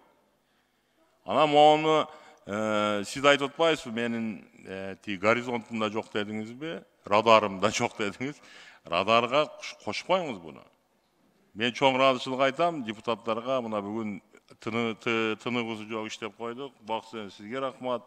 Жакшы алып бардыңыз. Дагы бир рет Эдил Жолдубаевич, командаңызга ийгилик каалайм. Жакшы иштеп койгула мамлекет үчүн. Анан моуну радарымда жок деп туруп, буну мелочь кылбаң. Мен айттым го, эң негизги бүгүнкү карала турган нерсебиз $4,5 миллион Минздравга калат дегенди биз проонго берип коюп отурабыз. Мен калганын айтпайын, тиги грант ала тургандар өздөрү келип өздөрү чечип аткан, аны өзүңүз түшүнүп калдыңыз. Эмнеге $4,5 миллион проонда калыш керек? Мен ошону түшүнбөйм. Эч түшүнгүм да келбейт. Туура айтат. Эгер улутту коргойбуз, мамлекетти коргойсек, миллиардтан дагы откат кылайлы эгер мындай жаман иштер болсун деп. Бирок 4,5 миллион деген бул чоң акча Минздрав үчүн. 4,5 миллионду ушул программаны администрировать эткендер алса, каяка гана жумшашат буну? Жакшылыкка. Чоң рахмат, мен убактым бүттү окшойт. Рахмат чоң. Рахмат, Элмзар Акиевич. Мен сүйлөбөй эле коеюнчу, бардыгы эле түшүнүктүү болду окшойт. Бирок Эдил Жолдубаевич, мына Элмзар Акиевич жакшы айтты. Сиз көзөмөлдөөчү кишисиз. Сиз ошону көзөмөлгө алып коюңуз. Анда урматтуу депутаттар, суроо жооптор бүттү, талкуу бүттү. Чечим долбоору сиздерге таратылып берилген. Сиздердин берген сунуш жана сын пикирлериңерди эске алабыз. Жакшынакай кылып, сунушуңуз барбы, Надира? Берип койгулачы, Надира Азимовнанын микрофонун. Жанагы мен берген сунушту чечимге кошуп коюңуздар. Эки фракциянын атынан президентке сунушту. Албетте кошобуз. Жөн эле айтылган сөз эмес да, мен мисалы үчүн адам катары аласа бересем жок, бу кишини мен адам катары сыйлайм. Кызматтык иш боюнча мен айтып атам. Ошон үчүн сунушту чечимге киргизип коюшуңуздар колго салып суранам. Чечимге киргизебиз бардыгынчы, макулбу? Азыр ушу силердин сын пикирлериңерди ошонго эске алуу менен мен ушу чечимди добушка коем. Ким макул, добуш бериңиздер. Каршы, калыс, мына бир добуштан кабыл алынды. Анда урматтуу депутаттар, ушуну менен бардық бүгінгі маселелерді қарап өттік. Чоң рахмат, жақсы іштеп бердіңіздер. Анда жиыныбыз, қосмо жиыныбыз жабық деп есептеймін. Рахмат.